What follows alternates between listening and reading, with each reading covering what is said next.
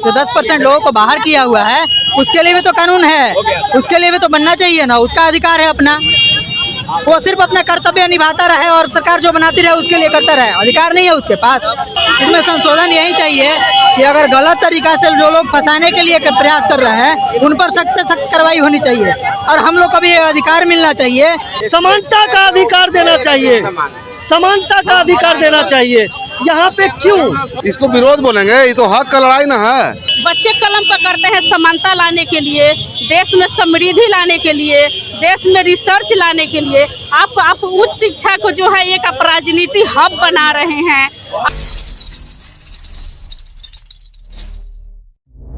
आवाज जनता की। नमस्कार, मैं तृप्ति सिंह और आप देख रहे हैं न्यूज़ पीआर। अभी मेरी मौजूदगी दिनकर गोलंबर के पास है, जहां पर यूजीसी का जो नया गाइडलाइन आया है उसको लेकर जनरल कैटेगरी के जो भी छात्र छात्राएं हैं यहाँ पे आंदोलन कर रहे हैं, उसका विरोध कर रहे हैं। बिहार में नहीं बल्कि पूरे देश में स्वर्ण जाति के जितने भी लोग हैं इसका विरोध कर रहे हैं। इसको लेकर के आखिर उन लोग क्या कुछ मांगे हैं, हम लोग बात करेंगे छात्रों से। भैया, मैं स्वर्ण हूँ, मुझे फांसी दो। फांसी क्यों मांग रहे हैं? जब सरकार ऐसा कानून बना ही दी है और मान ली है कि मोबिलाइजेशन सिर्फ हम ही लोग कर सकते हैं, तो अब ये भी मान ले कि हम लोग किए ही होंगे, अब सजा भी दे ही दो, इसीलिए मांग रहे हैं कि फांसी ही दे दो। तो डायरेक्ट फांसी मांग रहे हैं, मतलब ये तो सरकार इक्वालिटी लाने के लिए किया है। सरकार इक्वालिटी की बात सिर्फ करती है, उसमें प्रावधान कहाँ है इक्वालिटी के? जो 10% लोगों को बाहर किया हुआ है उसके लिए भी तो कानून है, उसके लिए भी तो बनना चाहिए ना, उसका अधिकार है अपना। वो सिर्फ अपना कर्तव्य निभाता रहे और सरकार जो बनाती रहे उसके लिए करता रहे, अधिकार नहीं है उसके पास।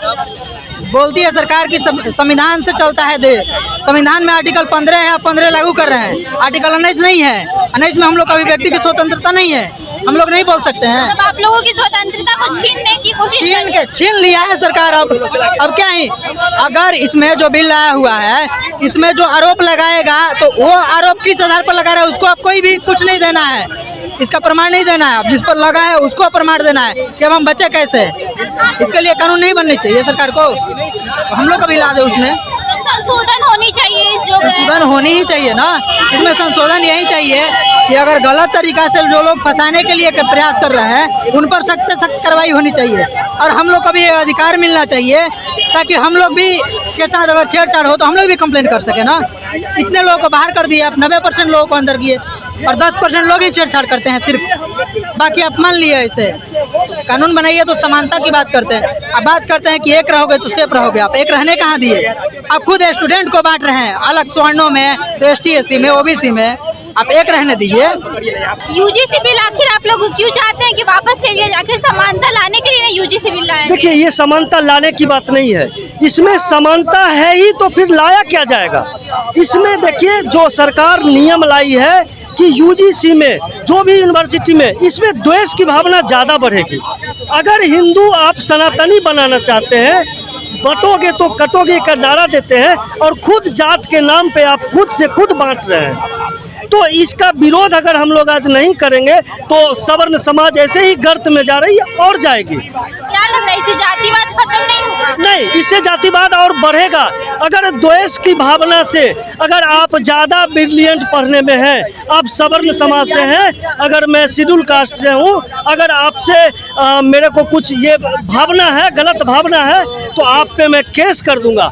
मैं वही जो प्रावधान जो केस करने वाले, झूठे समाज के केस करने वाले लोग होंगे, उस पर भी वही एक्ट लागू हो, इससे हम लोग को कोई दिक्कत नहीं होगा। सब समान, समानता का अधिकार देना चाहिए, समानता का अधिकार देना चाहिए।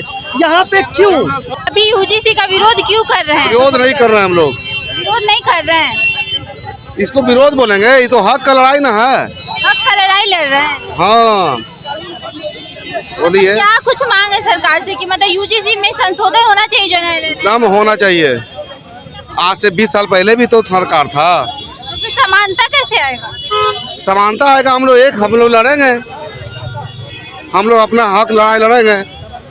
आखिर आप क्यों चाहते हैं कि यूजीसी बिल वापस ले लेनी चाहिए?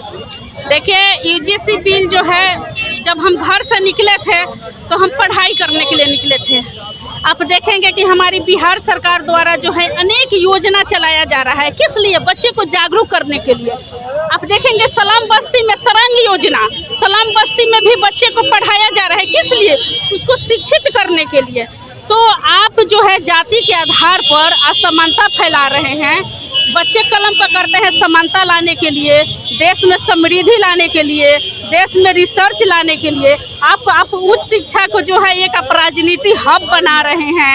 आपको हम ये कहना चाहेंगे कि हमारे जो शिक्षण संस्थान है उसको राजनीति से आप अलग रखें, राजनीति से अलग रखकर उसको आप एक रिसर्च सेंटर बनाए, ना कि एक राजनीति सेंटर बनाए। आप रिसर्च सेंटर बनाइए उसको। बच्चे मान लीजिए इतना दिन से रिजर्वेशन मिल रहा है, ऐसे बच्चे क्यों नहीं लाभान्वित है? इसलिए नहीं है क्योंकि जागरूक नहीं है। जागरूक नहीं है तो उस बच्चे को जागरूक करने की जरूरत है।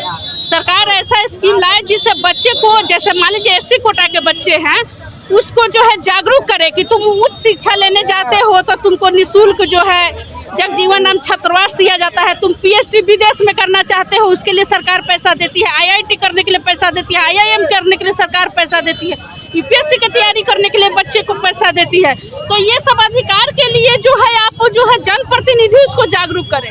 जनप्रतिनिधि तो इसी तरह वोट ले लेते हैं, कभी अपने क्षेत्र में घूमने भी नहीं जाते हैं कि जनरल के बच्चे को दिक्कत है, कि ओबीसी के बच्चे को दिक्कत है, कि एससी को दिक्कत है, कि एसटी को दिक्कत है। इसलिए जनप्रतिनिधि क्या कर रहा है? सिर्फ वोट लेने के लिए आपको प्रधानमंत्री को जो है हम लोग ने वोट देकर, सारे कोटा के बच्चे ने वोट देकर आपको जो है प्रधानमंत्री बनाया है। जब प्रधानमंत्री बना सकते हैं तो हम उनको उतार भी सकते हैं। हम यही कहेंगे कि हमारा एजुकेशन सेंटर को एजुकेशन सेंटर नहीं रहने दिया जाए। तो फिर उसमें समानता लाने के लिए लेकिन हमारे एजुकेशन सेंटर को आप राजनीति हब नहीं बनाए। हमारे एजुकेशन सेंटर को आप जो है एक रिसर्च सेंटर बनाए।